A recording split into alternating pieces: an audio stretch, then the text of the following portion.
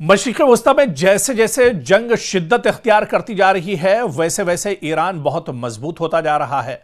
और इसके अलावा लबनान से हिजबुल्लाह मुजाहिदीन का जो ग्रुप है वो लगातार जंग में शामिल है। लेकिन इस बीच इस जंग की तस्वीर उस वक्त और भयानक हो गई, उस वक्त इस जंग में और शिद्दत इख्तियार कर ली जब ईरान का एक और प्रॉक्सी ग्रुप का एक और साथी यानी जो हूसी मुजाहिदीन है, हूती जो ग्रुप है, उसने भी अब इस जंग में शमूलियत इख्तियार कर ली है। ईरान इजराइल अमेरिका के दरमियान जो जंग चल रही है, अब इसमें जो हूसी लड़ाके हैं, जो हूसी मुजाहिदीन हैं, वो भी अब एक तरह से मैदान में उतर आए हैं। और दरअसल हूसियों के बारे में इससे पहले भी कई रिपोर्ट में हमने तस्करा किया है कि हूसी मुजाहिदीन दरअसल बहरे अहमर यानी रेड सी में दरअसल बहुत ताकतवर माने जाते हैं।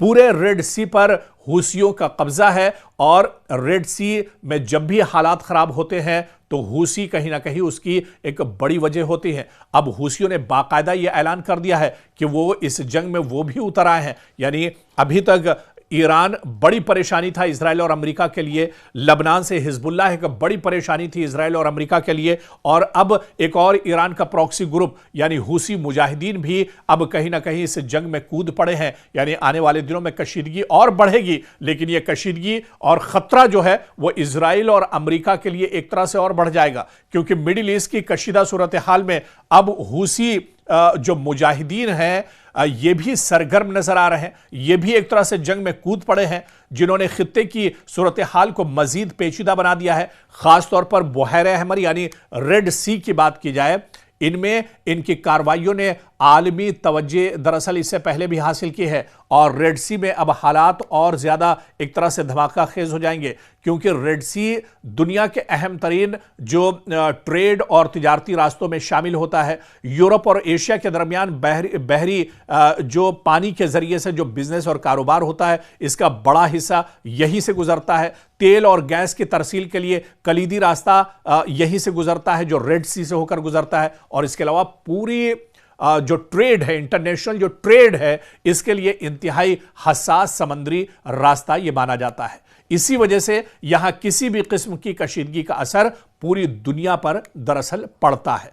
और हूसी मुजाहिदीन की जो कार्रवाइयां हैं, रिपोर्ट्स के मुताबिक हूसी मुजाहिदीन ने इजराइल से मुंसलिक या मगरबी ममालिक के जहाज़ों को निशाना बनाने का दावा किया है। ड्रोन और मिसाइल हमले किए गए हैं। कुछ तिजारती जहाज़ों को रोकने या इन पर कब्जे करने की कोशिश इससे पहले भी हूसी करते रहे। और इन इक़दामात का मकसद बज़ाहिर इजराइल पर दबाव डालना और इस पूरे रीजन में, इस पूरे खित्ते में अपनी ताकत दरअसल जाहिर करना है। लेकिन जिस तरह से ईरान पर लगातार इजराइल और अमेरिका की तरफ से हमले किए जा रहे हैं, ऐसे में ये खबरें भी निकल कर आ रही थी कि आखिर जो हूसी मुजाहिदीन हैं वो अभी तक इस जंग में क्यों नजर नहीं आ रहे हैं। दरअसल हूसी वेट एंड वॉच की पॉलिसी अपना रहे थे, वो देख रहे थे और इंतजार कर रहे थे कि कब अच्छा मौका होगा इस जंग में उतरने का। लेकिन अब हूसी मुजाहिदीन इस जंग में उतर चुके हैं।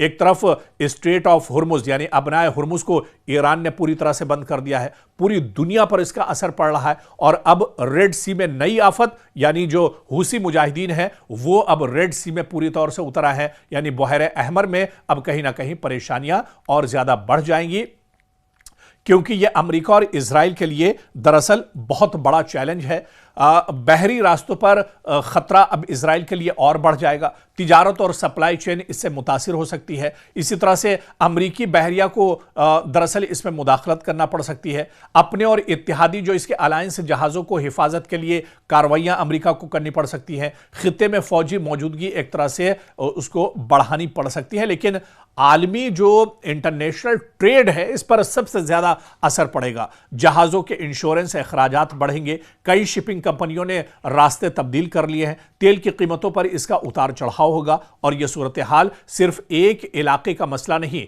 यानी एक देश का मसला नहीं, बल्कि ईरान, इजराइल और अमेरिका के दरमियान कशीदगी से यमन की जंग का असर अब आलमी सतह पर महसूस हो रहा है। माहिरीन के मुताबिक एक मल्टी फ्रंट तनाज़ा अब बनता जा रहा है।